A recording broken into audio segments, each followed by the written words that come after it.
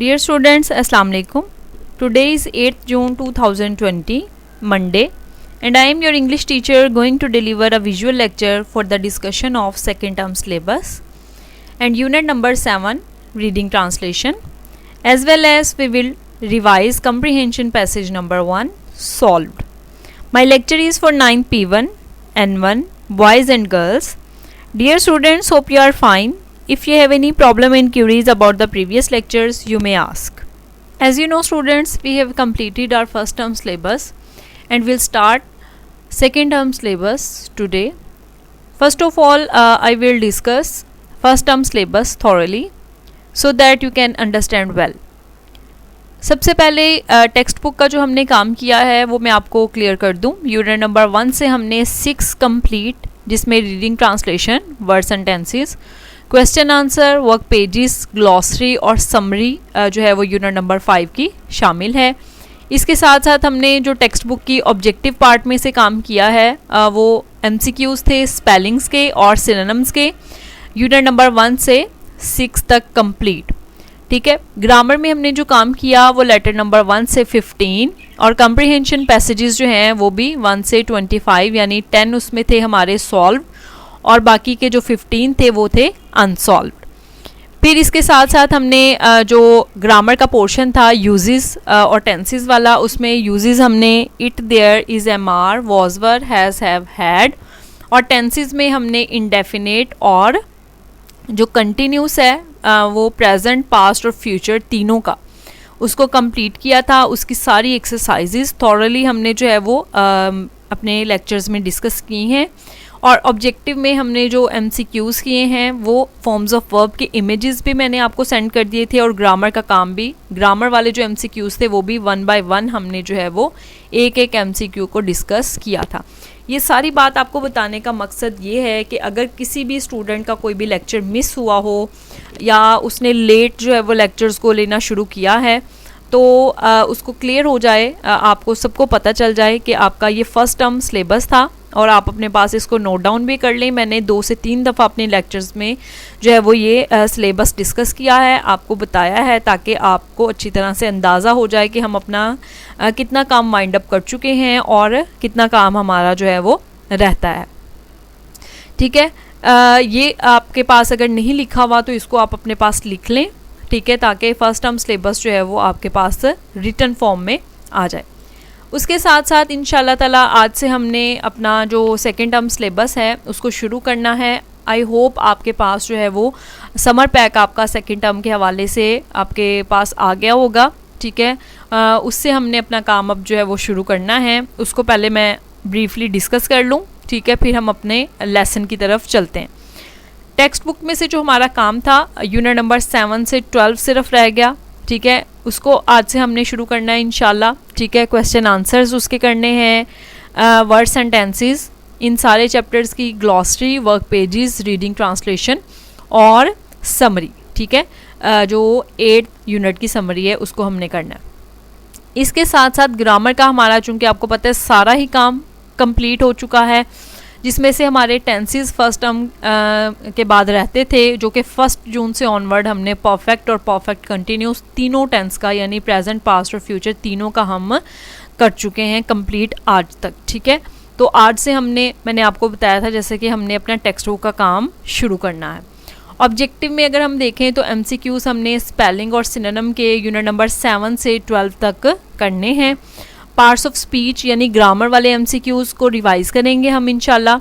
और इसके साथ साथ जो है वो हम जो यूजेस और टेंसेस के हवाले से एमसीक्यूज़ हैं, कुछ मैंने आपको इमेजेस सेंड किए थे वेकेशन से पहले. ठीक है. और कुछ मज़ीद आपके समर पैक में, जो सेकेंड टर्म का समर पैक है, उसमें मज़ीद मैंने ग्रामर और टेंसेस के एमसीक्यूज़ को शामिल किया है, जिसको हम इंशाल्लाह अपने लेक्चर्स में 1 बाय 1 करते जाएंगे. ठीक है. आपको अगर आपने अपना समर पैक जो है वो देखा हो तो इंग्लिश के हवाले से जो मैंने डेली डायरी डिज़ाइन की है वो भी समर पैक में आपके पास मौजूद है. वो डायरी आपके साथ शेयर करने का मकसद जो है वो ये है कि आपको अंदाज़ा रहे कि हमने डेली जो है वो किस तरह से काम करना है। उसमें आपने देखा होगा वीकली हम जो है वो अपना एक चैप्टर वाइंड अप कर रहे हैं और उसके साथ साथ एक टेंस जो है उसकी सॉल्व्ड एक्सरसाइजेस को हम इंशाल्लाह जो है वो डिस्कस करेंगे और साथ साथ कुछ MCQs को भी समर वेकेशन होमवर्क में से देखते जाएंगे। ठीक है, तो वो पूरा एक वीक का जो प्लान है वो अगले वीक में रिपीट होता है। ठीक है, इस तरह से 8 जून से ऑनवर्ड जुलाई तक ये सारी डायरी जो है वो मैंने कंप्लीट जो है वो आपको सेंड की है। अच्छा जी, उसमें ये सेकेंड टर्म का सिलेबस था जिसको हमने डिस्कस कर लिया, जिसमें आपने देखा कि सिर्फ हमारा 7 नंबर जो यूनिट है उधर से ऑनवर्ड 12 यूनिट तक हमारा काम रहता है, बाकी का सारा काम हमने रिवीजन में लेके चलना है। ठीक है, तो यूनिट नंबर 7 जो है टेक्स्ट बुक से इंशाल्लाह ताला हमने आज से शुरू करना है। यूनिट नंबर 7 सुल्तान अहमद मस्जिद। ठीक है, सुल्तान अहमद मस्जिद जो है वो इस यूनिट का नाम है। This lesson is about Sultan Ahmad Masjid, which is also known as Blue Masjid. This masjid is situated in Istanbul, the largest city in Turkey and the capital of Ottoman Empire. Before starting the reading translation of this lesson, we will overview this lesson briefly. Turkey, which is called in Urdu Turkey, is an Islamic country located in Western Asia. Turkey was the center of the Ottoman Empire until its collapse at the end of the First World War. यानी पहली आलमी जंग के इख्तिताम पर अपने ख़त्म होने तक ये सल्तनत उस्मानिया का मरकज़ था। Kemal Ataturk established modern Republic of Turkey in the 1920. Its official language is Turkish. Its capital is Ankara. And this masjid is situated in Istanbul. The theme of this unit is to highlight the significance of the Islamic architecture. The lesson not only highlights the glory of the Sultan Ahmad Masjid but also throws light on the skill and ability of the architects of the time. जैसा कि students, मसाजिद जो हैं वो हमेशा इस्लामी फ़न तामीर का एक नुमाया हिस्सा रही हैं। As Badshahi Masjid, Faisal Masjid etcetera are the names of some important masjids in Pakistan. Sultan Ahmed Masjid की हिस्ट्री के बारे में अगर हम बात करें तो आप जब नेट से सर्च करते हैं तो इसके बारे में आपको मुख्तलिफ डॉक्यूमेंट्रीज़ जो है वो देखने को मिलती हैं। यूट्यूब पे सर्च करें अगर आप। मैंने P1 ने ये लेक्चर जो है वो सुल्तान अहमद मस्जिद के हवाले से पहले लिया है। उन स्टूडेंट्स को मैंने एक डॉक्यूमेंट्री जो है वो ब्रीफ सी सेंड की थी व्हाट्सएप के ज़रिए से। मैं कोशिश करूँगी कि अगर वो मुझे डॉक्यूमेंट्री, वो बहुत अच्छी और बहुत शॉर्ट जो है वो लेकिन बहुत कम्प्रिहेंसिव डॉक्यूमेंट्री थी, अगर वो मुझे मिल जाती है तो मैं आपको सभी स्टूडेंट्स को थ्रू मैडम जो है वो आपको व्हाट्सएप कर दूँ। आप लोग ख़ुद भी सर्च कर सकते हैं, अभी तो आपके पास काफ़ी सारा टाइम है फ्री, तो आप उसमें जो है वो सर्च कर सकते हैं यूट्यूब पे जाके सुल्तान अहमद मस्जिद या ब्लू मस्जिद के नेम से, या फिर अगर आप सिर्फ इमेजेस देखना चाहते हैं तो आप गूगल कर सकते हैं सुल्तान अहमद मस्जिद को। ये सारी बात आपको बताने का मकसद ये है कि ये बहुत ज़्यादा खूबसूरत मस्जिद है और दुनिया के जो अजायबात हैं, खूबसूरत अजायबात उनमें से एक है। ठीक है, और ये मुस्लिम फ़न तामीर की अक्कासी करती है, मुसलमानों की जो जाहो जलाल है, अज़मत जो है उसकी अक्कासी करती है। ठीक है, तो अगर हम इसकी हिस्ट्री में देखें तो एक्चुअली ये ब्लू नहीं है, यानी इसका कलर जो है वो ब्लू नहीं है बल्कि सुरमई यानी ग्रे टाइप है। तो लेकिन जब इसके ऊपर जो सूरज की रोशनी पड़ती है कुछ इस तरह से, कुछ ऐसे एंगल से ये बनाई गई है, तो ये ब्लू कलर की जो है वो नज़र आती है, ब्लू कलर की। तो इस वजह से इसकी जो टाइल्स हैं जो कि ग्रे कलर की हैं और बहुत खूबसूरत डिज़ाइन की गई हैं, तो वो जो है वो ब्लू कलर की हमें सूरज की रोशनी में नज़र आती हैं, जिसकी वजह से इसे ब्लू टाइल्स या ब्लू मॉस्क के नाम से जाना जाता है। So let's move to the reading translation of paragraph 1। The Sultan Ahmed Masjid is one of the most impressive monuments in the world. जैसा कि आपको पता है स्टूडेंट्स, क्लास में भी हमारी यही प्रैक्टिस है और रिकॉर्डेड लेक्चर्स में भी, कि वर्ड टू वर्ड ट्रांसलेशन जो है वो सिर्फ आपने आपकी वोकेबलरी इम्प्रूव करने के लिए, आपका कॉन्सेप्ट क्लियर करने के लिए करवाई जाती है, जबकि जो सेंटेंस वाइज ट्रांसलेशन है आपका मेनली फोकस वही होनी चाहिए। आप जब टेक्स्ट बुक और अपनी नोटबुक जो है वो लेक्चर सुनते हुए अपने पास लेके बैठते हैं तो उसमें बेटा आपने टेक्स्ट बुक के ऊपर जो है वो जो डिफ़िकल्ट वर्ड्स जिसका मतलब बताया जाता है, नोटबुक पे जब आपने ट्रांसलेशन लिखनी है बेटा तो सेंटेंस वाइज ट्रांसलेशन ही लिखनी है, ठीक है, ताकि आप जब अपनी याद करें तो एनुअल पेपर में आपकी या फेजेस में या टर्म टेस्ट में जो है वो आपके जो सेंटेंस वाइज ट्रांसलेशन है, बामुहावरा तर्जुमा है, वो आप अच्छी तरह से लिख सकें, ठीक है। और लेकिन वर्ड टू वर्ड ट्रांसलेशन भी आपकी ध्यान से सुनने वाली है, क्योंकि ग्लॉसरी से आपको पता है कि ग्लॉसरी के साथ साथ स्पेलिंग और जो सिनोनिम एमसीक्यूज़ हैं वो आपकी टेक्स्ट में से भी दिए जाते हैं प्रीवियस पेपर में, जैसा कि आपने देखा है, ठीक है। तो वो आप एक आपके पास अगर टेक्स्ट बुक है तो उसके ऊपर आप अंडरलाइन कर रहे हैं, या अगर आप यूँ भी इसकी प्रैक्टिस कर सकते हैं कि एक अलहदा से जो नोटबुक आपने बनाई हुई है रफ़, उस पर आप जो है वो एक लाइन लगा के दरमियान में वर्ड्स मीनिंग की फॉर्म में आप उन डिफ़िकल्ट वर्ड्स को लिख के याद कर सकते हैं, ठीक है। तो जैसे आपके लिए इजी है याद करना, आप इसको याद किया करें, वर्ड टू वर्ड को भी और सेंटेंस वाइज ट्रांसलेशन को तो आपने याद करना ही है। The Sultan Ahmed Masjid is one of the most impressive मुतासिर कर देने वाली मोनूमेंट्स होती हैं यादगार, ठीक है, जो कि किसी की याद में कोई चीज़ बनाई हो या फिर जो है वो बहुत ही कोई इम्पॉर्टेंट वन चीज़ हो, लाइक जैसे हमारे मीनार पाकिस्तान है, बादशाही मस्जिद वगैरह, इनको हम मोनूमेंट्स कंसीडर करते हैं इन द वर्ल्ड, दुनिया में। The Sultan Ahmed Masjid is one of the most impressive monuments in the world. Sultan Ahmed Masjid दुनिया की मुतासिर कर देने वाली यादगारों में से एक है। It is also known as blue masjid because of the blue tiles.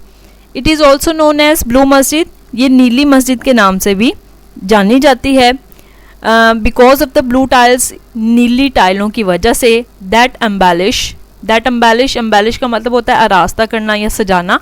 It's interior, इसका अंदरूनी हिस्सा। It is also known as blue masjid because of the blue tiles that embellish its interior, ये नीली मस्जिद के नाम से भी जानी जाती है, जो कि इसके अंदरूनी हिस्से को नीली टाइलों की वजह से आरास्ता करती हैं। यानी अंदरूनी हिस्से को सजाने वाली या आरास्ते करने वाली नीली टाइलों की वजह से ये नीली मस्जिद के नाम से भी जानी जाती है। Situated in Istanbul, the largest city in Turkey and the capital of Ottoman Empire. Turkey यानी तुर्की और इस्तांबुल शहर का नाम है। सिचुएटेड वाक़या, लार्जेस्ट सिटी सबसे बड़ा शहर, और कैपिटल का मतलब होता है दारुल हुकूमत, ऑफ ऑटोमन एम्पायर सल्तनते उस्मानिया इसे कहते हैं उर्दू में, ठीक है, 1453 to 1923। Situated in Istanbul, the largest city in Turkey and the capital of Ottoman Empire from 1453 to 1923। तुर्की के सबसे बड़े शहर इस्तांबुल, जो 1453 से 1923 तक सल्तनत उस्मानिया का दारुल हुकूमत था, में वाक़या। It has become the most popular tourist attraction. Most popular, मशहूर तरीन, टूरिस्ट अट्रैक्शन, टूरिस्ट यानी कि जो सयाह होते हैं, सैर करने जाते हैं लोग, उनको सयाह बोलते हैं। अट्रैक्शन, तवज्जो।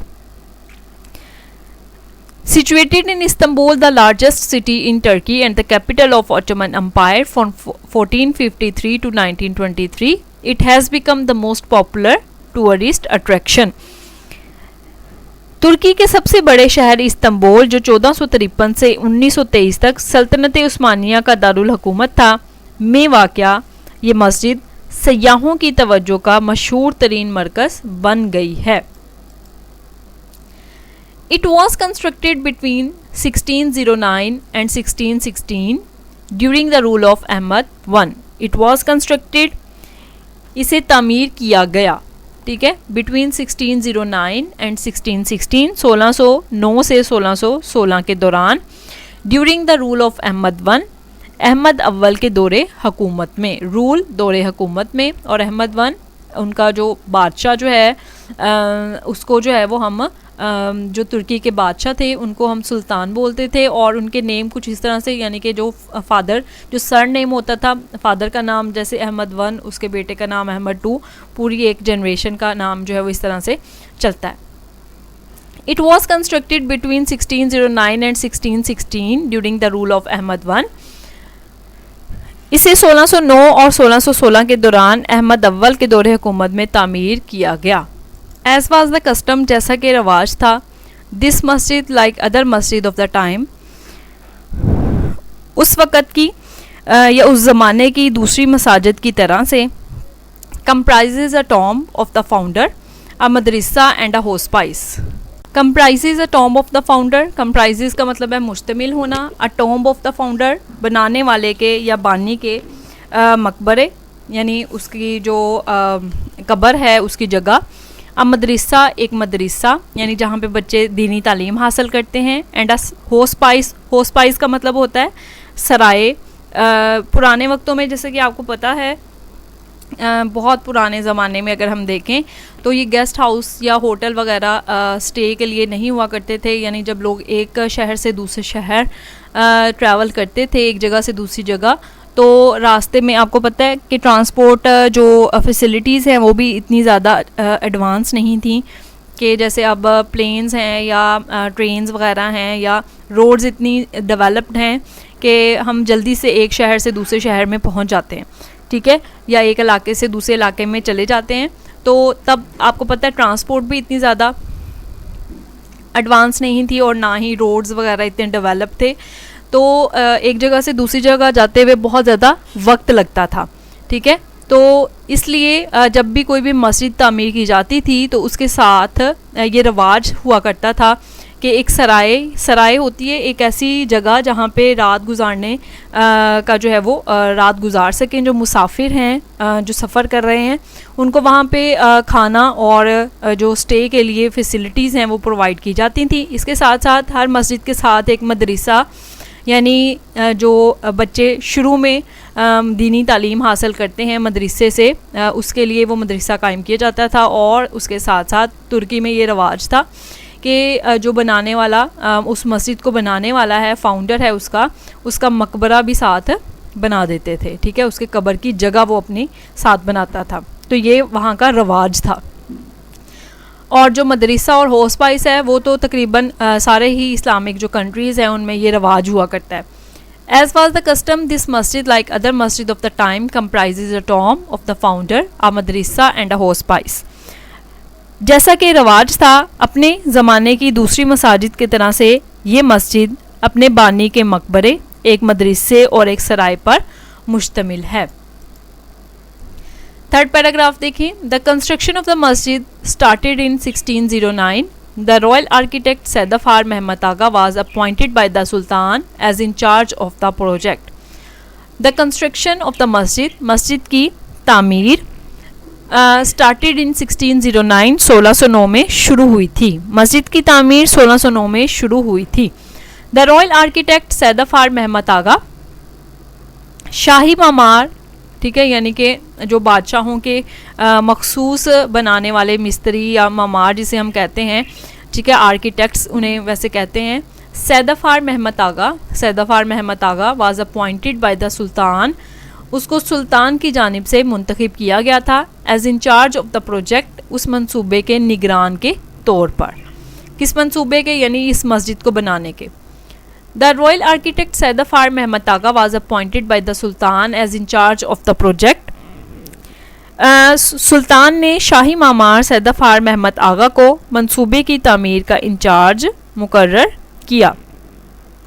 The opening ceremony was held in 1616. Opening ceremony, इफ्तिताही तकरीब, ठीक है, was held मुनक्कद की गई in 1616, 1616 में। इफ्तिताही तकरीब 1616 में मुनक्कद की गई। अनफॉर्चुनेटली, बदकिस्मती से, the sultan could not see the completion of the masjid in his life. Sultan could not see, सुल्तान ना देख सका, द कम्प्लीशन तकमील या मुकम्मल होना ऑफ द मस्जिद का इन हिज लाइफ अपनी ज़िंदगी में। बदकिस्मती से सुल्तान अपनी ज़िंदगी में मस्जिद की तकमील ना देख सका, यानी कि जिसने ये मस्जिद शुरू करवाई थी, बनवाई थी, वो उसकी ज़िंदगी में जो ये मस्जिद मुकम्मल ना हो सकी, ठीक है, वो पहले ही इससे वफ़ात पा गए। It was completed in the rain of his successor Mustafa one. It was completed, इसको पाया तकमील तक पहुँचाया गया या मुकम्मल किया गया इन द रेन, दौरे हुकूमत में, ऑफ हिज सक्सेसर, उसके जानशीन। सक्सेसर होता है जो कि किसी के बाद आए, किसी बादशाह के बाद जो आए, उसका जो जानशीन हो उसे बोलते हैं सक्सेसर। मुस्तफ़ा वन उसका नाम है, मुस्तफ़ा अव्वल। It was completed in the rain of his successor Mustafa one. ये काम, ठीक है, उसके जानशीन मुस्तफ़ा अव्वल के दौरे हुकूमत में मुकम्मल किया गया। इस पैराग्राफ को मैं दोबारा से ट्रांसलेट कर रही हूँ, इसकी सेंटेंस वाइज ट्रांसलेशन देख लें। The construction of the masjid started in 1609। मस्जिद की तामीर 1609 में शुरू हुई थी। The royal architect Sedefkar Mehmed Agha was appointed by the sultan as in charge of the project. शाही मामार सैदफ़ार महमद आगा मंसूबे के निगरान के तौर पर सुल्तान की जानब से मुकर्रर किए गए। The opening ceremony was held in 1616। इफ्तिताही तकरीब 1616 में मुनक्कद हुई। Unfortunately the sultan could not see the completion of the masjid in his life. बदकिस्मती से सुल्तान अपनी ज़िंदगी में मस्जिद की तकमील ना देख सका। It was completed in the rain of his successor Mustafa one. ये काम उसके जानशीन मुस्तफ़ा अव्वल के दौरे हुकूमत में मुकम्मल हुआ था, ठीक है। फिर उसके बाद है फोर्थ पैराग्राफ देखें। द ब्लू मस्जिद रिफ्लेक्ट्स का मतलब है अक्कासी करती है। द आर्किटेक्चरल स्टाइल का मतलब है तामीराती अंदाज़, ठीक है, यानी बनाने का जो तरीका है, उसका जो अंदाज़ है। ऑफ बोथ द ओटोमन मस्जिद and Byzantine church. Byzantine church जो है वो बजंतीनी गिरजाघर को कहते हैं। ओटोमन मस्जिद जो है वो उस्मानिया मस्जिद। ये दोनों जो हैं वो कोई इम्पॉर्टेंट प्लेसेस हैं जिनका यहाँ पे जिक्र किया गया है।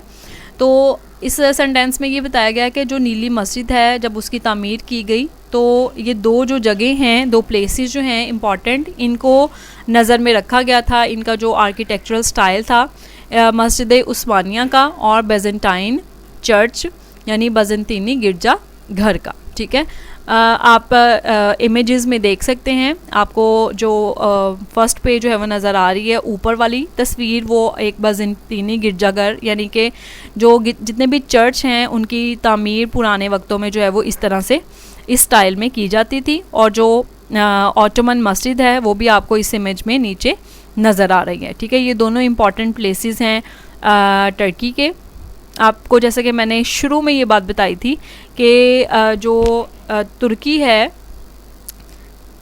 वो मगरबी एशिया में यानी वेस्टर्न एशिया में लोकेट करता है, यानी कि जहाँ पे एशिया एंड होता है और यूरोप शुरू होता है। यूँ समझ लें कि आधा ये यूरोप में है और आधा ये एशिया में है।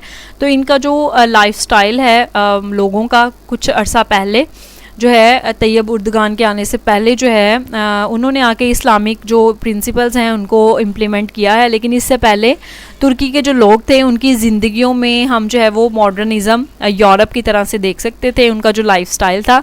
इसी तरह से वहाँ पे जो हुकूमत करने वाले थे उन्होंने भी जो है वो, जैसे आप देख सकते हैं कि चर्च को उन्होंने चर्च का जो आर्किटेक्चरल स्टाइल था उसको जो है वो नज़र में रखा, ठीक है। The blue masjid reflects the architectural style of both the Ottoman Masjid and Byzantine Church. नीली मस्जिद उस्मानिया मस्जिद और बजंतीनी गिरजाघर दोनों के तामीराती अंदाज की अक्कासी करती है। हाजिया सोफिया अ मस्जिद, एक मस्जिद, one of the wonders of the Muslim architecture, मुस्लिम फ़न तामीर के अजायबात में से एक। Was also kept in view as a model, was also kept in view को भी नज़र में रखा गया या सामने रखा गया एज अ मॉडल, बतौर नमूना। द ब्लू मस्जिद even today is consider to be unmatched in splendour, majesty and size. The blue मस्जिद, नीली मस्जिद, इवन टुडे, हत्ता के आज भी, इज़ कंसिडर्ड, तसव्वुर की जाती है या समझी जाती है, टू बी अनमैच्ड, लासानी यानी जिसका कोई भी जोड़ नहीं है, इन स्प्लेंडर, मेजेस्टी एंड साइज़ या जिसामत, ठीक है, मेजेस्टी अजमत और स्प्लेंडर शानो शौकत। नीली मस्जिद आज भी शानो शौकत, अजमत और जिसामत के लिहाज से लसानी तसव्वुर की जाती है। ठीक है, ये पैराग्राफ 4 तक आज हमने जो है वो रीडिंग ट्रांसलेशन इस चैप्टर की कंप्लीट की है। दोबारा से इस पैराग्राफ की ट्रांसलेशन कर देती हूँ, आप सेंटेंस वाइज जहाँ आपने लिखी है उसको चेक कर लें एक दफ़ा। द ब्लू मस्जिद reflects the architectural style of both the Ottoman मस्जिद एंड बेजेंटाइन चर्च। नीली मस्जिद उस्मानिया मस्जिद और बजंतीनी गिरजाघर दोनों के तामीराती अंदाज की अक्कासी करती है। हाजिया सूफिया अ मस्जिद, one of the wonders of the Muslim architecture, was also kept in view as a model. एक मस्जिद हाजिया सूफिया जो कि मुस्लिम फ़न तामीर के अजायबात में से एक थी, बतौर नमूना इसे भी सामने रखा गया। द ब्लू मस्जिद even today is consider to be unmatched in splendour, majesty and size. नीली मस्जिद आज भी शान शौकत, अजमत और जिसामत के लिहाज से लसानी समझी जाती है या तसव्वुर की जाती है। ठीक है, इसकी ट्रांसलेशन आपको पता है, आपने जो है वो अपनी नोटबुक में, जो समर वेकेशन होमवर्क की नोटबुक है उसमें लिखनी है आपको। मैंने जैसा कि शुरू में बताया कि अब हमारा सेकेंड टर्म सिलेबस जो है वो शुरू हुआ है और आपने जो है वो एक नई नोटबुक पे या नए रजिस्टर पे ये काम शुरू करना है। फोल्डर आपने प्रॉपर बनाना है सेकेंड टर्म जो है वो 2020। ठीक है, और फिर आपने जो है वो अपना काम पेज पे जैसे आपको पता है मार्जिन लाइन ड्रॉ करनी है, डेट मेंशन करनी है। ठीक है, उर्दू ट्रांसलेशन सिर्फ इसकी आपने लिखनी है। ठीक है, इंग्लिश लिखने की ज़रूरत नहीं है। इसको अच्छी तरह से आपने बेटा याद कर लेना है। इसके साथ साथ ग्रामर एंड कंपोजिशन से हमने रिवीजन शुरू करनी है। आपको पता है काम हमारा जो है वो कंप्लीट हो चुका हुआ है ग्रामर कंपोजिशन से, सिर्फ रिवीजन में इसको हमने लेके आना है। लेकिन रिवीजन जो है उसका फ़ायदा तभी होगा जब आप लोग जो है वो इस हवाले से कोऑपरेट करेंगे कि जो काम आपको रिवाइज़ करने के लिए कहा जाए वो आप ज़रूर जो है वो डेली रिवाइज़ करें, ताकि आपका कोई भी काम जो है वो बर्डन ना बने। जिसमें हमने कम्प्रीहेंशन पैसेजेस को रिवीजन में शुरू किया है। पहले कम्प्रीहेंशन पैसेज नंबर 1 जो है सॉल्व्ड जो है उसको आपने करना है रिवाइज़ आज। ठीक है, इसकी प्रैक्टिस करनी है अच्छी तरह से। आपको पता है कम्प्रीहेंशन पैसेज आप कैसे तैयार करते हैं, पैराग्राफ को एक दफ़ा रीड आउट करना होता है, फिर क्वेश्चंस जो हैं वो उससे रिलेटेड आंसर आपने पैराग्राफ में से फाइंड आउट करने होते हैं। सारे ही कम्प्रीहेंशन पैसेजेस जो है वो मैंने आपको रिकॉर्डेड लेक्चर्स में पढ़ाए हैं। अगर किसी भी कम्प्रीहेंशन पैसेज में किसी दिन कोई प्रॉब्लम आए तो आप प्रीवियस लेक्चर आपके यूट्यूब चैनल पे, जो Punjab group of high school है उसके चैनल पे, यूट्यूब चैनल पे मौजूद हैं सारे मेरे लेक्चर्स। ठीक है, आप उनमें सर्च करके देख सकते हैं। कम्प्रीहेंशन पैसेज के हवाले से अगर कोई प्रॉब्लम हो तो वो भी आप उस लेक्चर में फाइंड आउट कर सकते हैं।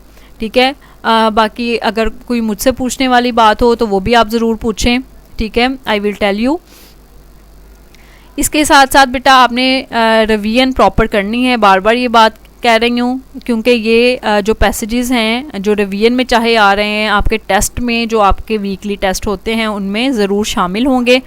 और जैसे फर्स्ट टर्म सिलेबस में टेस्ट हुआ करते थे वीक में 2 दफ़ा, इसी तरह से आपका वीक में जो 2 दिन टेस्ट डे है वो रूटीन से सेकेंड टर्म में भी इसी तरह से चलेंगे। ठीक है, डायरी आपने अपनी डायरी में नोट डाउन कर लेनी है, जिसमें हमने टेक्स्ट बुक का जो काम किया है वो रीडिंग ट्रांसलेशन की है यूनिट नंबर 7 की फर्स्ट पैराग्राफ से ऑनवर्ड 4th पैराग्राफ तक। ठीक है, वैसे डायरी आपको समर पैक में भी जो डेली डायरी है उसका इमेज जो है वो दिया गया। ग्रामर में हमने जो काम किया है वो कम्प्रीहेंशन पैसेज नंबर 1 सॉल्व्ड की रिवीजन की है, जिसको आपने प्रॉपरली रिवाइज करना है। Thank you so much students. If you have any problem and queries you may ask in comments. Allah ताला आप सबको अपनी हिफ्ज़-ओ-मान में रखे।